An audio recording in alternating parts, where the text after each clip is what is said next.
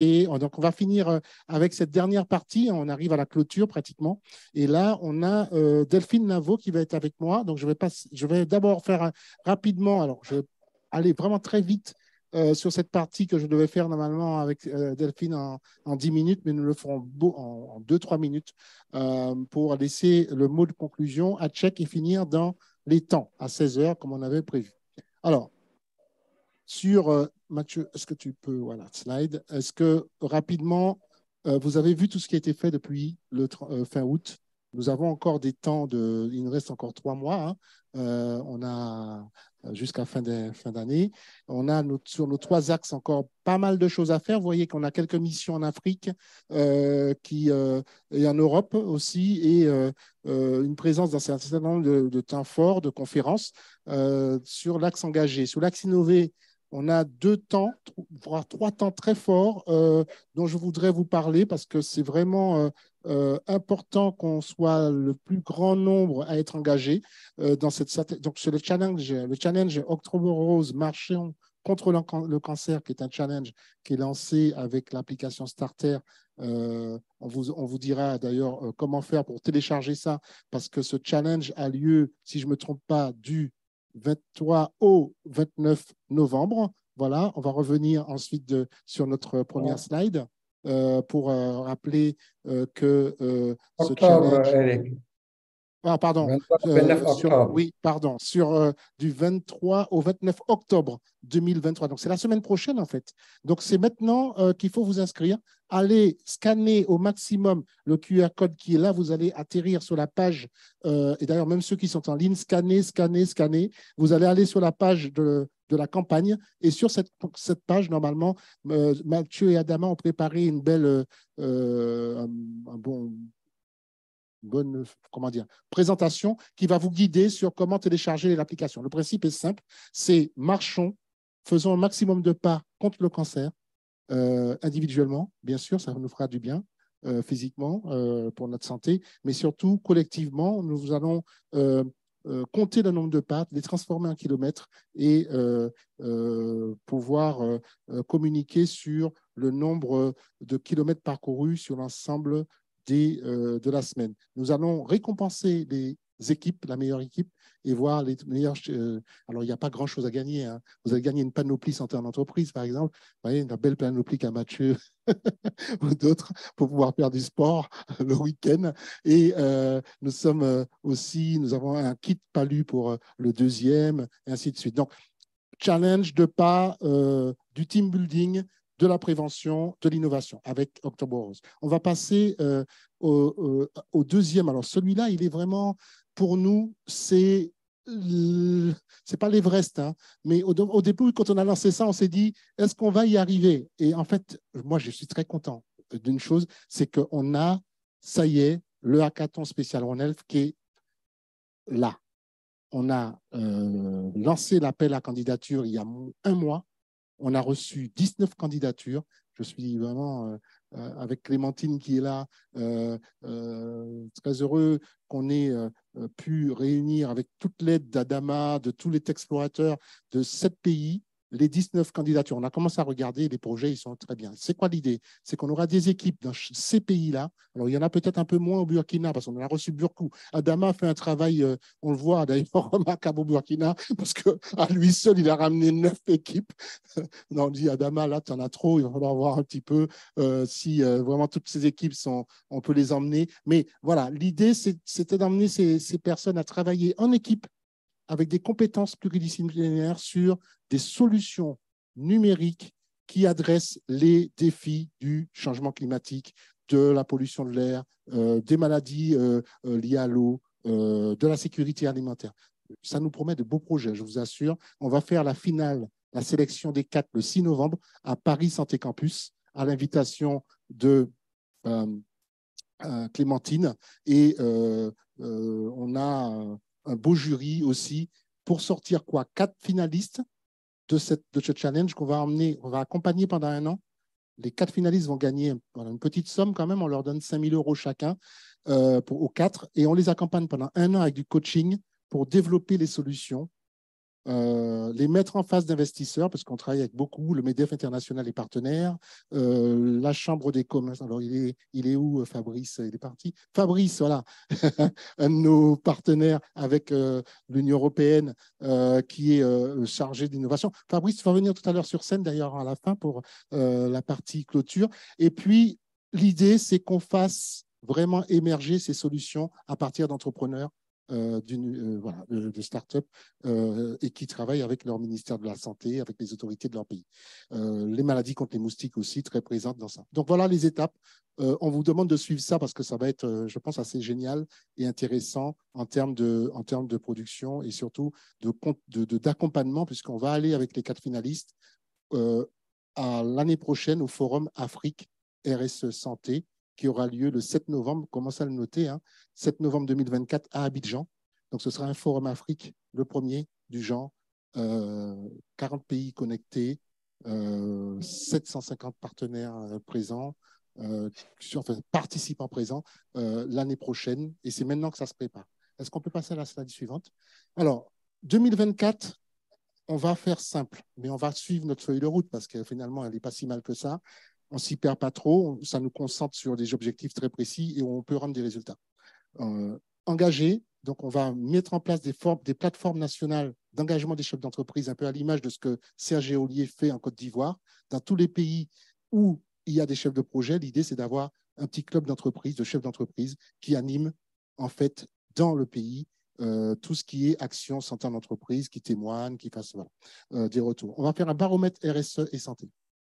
RSE et santé, pourquoi? Parce que vous savez, le plus souvent, quand on regarde la santé, c'est souvent quelque chose qu'on traite comme ça. Ce n'est pas forcément bien documenté. Et donc, on a cherché, on a trouvé nulle part un vrai baromètre qui dit quelle est la place qu'occupe la santé dans la feuille de route RSE des entreprises.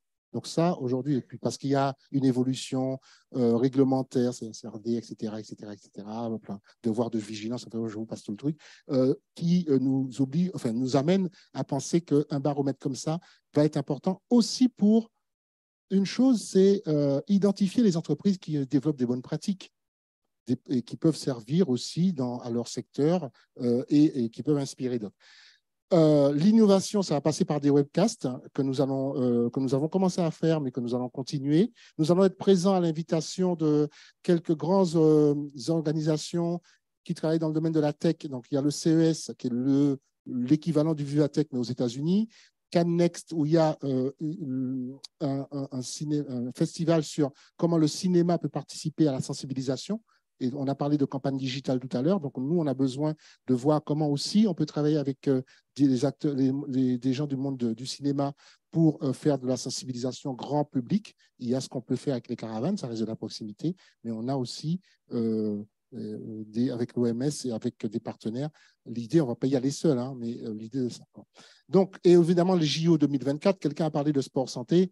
Alors, il y a une personne qui est très Cyril Nardon, sur ces sujets, qui est lui-même un patron de société innovante. Hein, donc, l'idée, c'est qu'on fasse à l'occasion des JO, alors on avait déjà fait à Cannes cette année avec toi, Cyril, la visite, on va dire, en réalité augmentée de la caravane. Avec les rooms connectés, etc. Le poster connecté que tu nous as ramené de la caravane santé à Paris.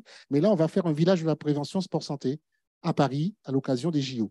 Donc, ça va être superbe parce que je pense qu'on va pouvoir emmener d'autres partenaires là-dessus et ça va être l'occasion pour nous de pousser aussi des messages sur l'engagement des entreprises dans le domaine du sport santé. Et enfin, tout le déploiement, je ne vais pas rentrer là-dedans, on a vraiment tout un gros travail actuellement de déployer santé en entreprise, voilà, pas avec un modèle où on reproduit des unités, mais plutôt avec un réseau où on accompagne. Donc, il y a une offre qui est structurée, des partenariats qui sont solides. Nous avons annoncé aujourd'hui déjà des partenariats que nous sommes en train de conclure. Donc, beaucoup de travail. Et pour l'équipe, j'ai une bonne nouvelle, c'est qu'on va continuer à travailler beaucoup. Hein, mais on va se reposer, mais on va continuer à travailler beaucoup. Alors, on va se passer à la slide suivante. Pourquoi? Alors, et là, je vais terminer sur cet événement qui se prépare maintenant. Vous savez que c'est tous les 2 ans. L'année dernière, on était à Paris, à Future for Care, pour la 2e édition. Là, puisque c'est un événement qu'on peut faire que tous les 2 ans, tellement il y a du boulot derrière. l'idée, c'est quoi? Alors déjà, promesse de la 3e édition. On veut ramener 30 speakers, on va avoir des panels, 750 participants attendus sur place à Abidjan, 35, voire un peu plus pays représentés, mais surtout un programme où on va avoir du contenu, du témoignage, un baromètre de la RSE, donc RSE Santé, on va pouvoir présenter les résultats à cette occasion-là.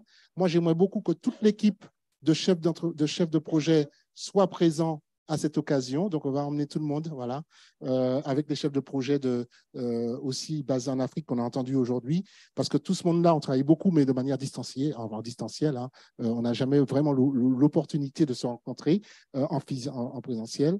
Les panels thématiques, les thèmes, c'est engagement, innovation, financement, surtout financement innovant. Donc, 3 tables rondes là-dessus. Challenge de l'innovation, ça c'est voilà, ça c'est la marque même de fabrique du forum. Et on va pouvoir d'ailleurs faire la super finale des 4 du hackathon qu'on aura de novembre. Vous voyez la suite en gros, on les prend là maintenant en novembre, on les accompagne et on fait la super finale des 4 qui auront été sélectionnés à Abidjan avec un jury international. Le démonstrateur de la caravane santé 3.0. Souvent, les gens nous disent, mais c'est quoi la caravane? À quoi ça ressemble concrètement? Donc, nous aurons en gros un très grand espace où les gens pourront vivre l'expérience de la caravane santé 3.0, à quoi ça consiste, le parcours. Marie-Laure avec Clicodoc, à quel moment elle intervient, pourquoi, quel bénéfice pour le patient, etc. La remise des trophées, il est où le trophée que j'avais? On me l'a pris, mais je voudrais le montrer parce qu'il est beau déjà, parce qu'il est fait pour nous, pour le forum. C'est celui que nous avons. Alors, vous voyez, c'est pas Koh-Lanta, hein, c'est celui du forum. Et on a 6 catégories comme ça. Donc, l'idée, c'est qu'on va lancer les candidatures au trophée. Il y a 6 catégories, lieu de travail, communauté, innovation, partenariat public-privé. On aura certainement un prix spécial sur la lutte contre les faux médicaments, sujet dont on n'a pas parlé aujourd'hui, mais je vois Pierre en fond de salle qui hoche la tête. Un sujet, Pierre, on va mettre dans le programme l'année prochaine des trophées. Il y a aussi Cheikh Keïta qui va en parler parce que Cheikh a lancé une énorme initiative dans ce domaine-là qui s'appelle Coalition pour l'éradication des faux médicaments en Afrique. Donc, on va rendre ces trophées à Abidjan, à l'Hôtel Ivoire, le 7 novembre. Notez les dates parce que c'est maintenant que commence la préparation de ce forum. Et puis, ce trophée, il est fabriqué en Afrique à partir de bois recyclé. Donc, c'est beau. C'est-à-dire qu'on aide une structure qui va reboiser, qui va transformer ces trophées avec du bois sec.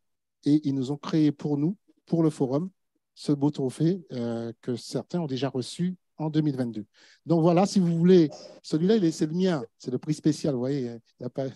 mais donc si vous voulez le voir, le toucher, il n'y a pas de problème. Mais surtout, on vous demande de nous aider. Il faut nous aider à réussir cette 3e édition l'année prochaine. On a besoin de partenaires, on a besoin d'expertise, on a besoin de témoignages, on a besoin d'entreprises qui participent au baromètre. Donc, c'est maintenant que ça commence. Et je vais demander rapidement si on peut passer à la slide suivante, à Delphine, si elle est là. Delphine, si tu peux nous dire un petit mot, puisque Delphine nous accompagne, Delphine qui est directrice générale d'Ascensia Africa et présidente de la commission RSE d'Eurocham, qui est la Chambre de commerce européenne en Côte d'Ivoire. Delphine, si tu peux nous dire un mot de ce partenariat, de cet événement dans lequel tu es partenaire avec Ascensia. Oui, bonjour à tous. Bonjour à tous, je vais juste dire un petit mot parce que le temps est précieux. Donc oui, on a choisi d'être partenaire sur cet événement RSE Santé parce que je souligne vraiment l'opportunité et la pertinence d'organiser ce genre d'événement en Côte d'Ivoire, hub de la sous-région.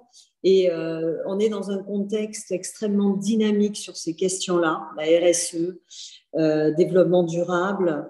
On est d'ailleurs, le mois prochain, on représente au niveau des journées nationales du partenariat État, secteur privé, pardon.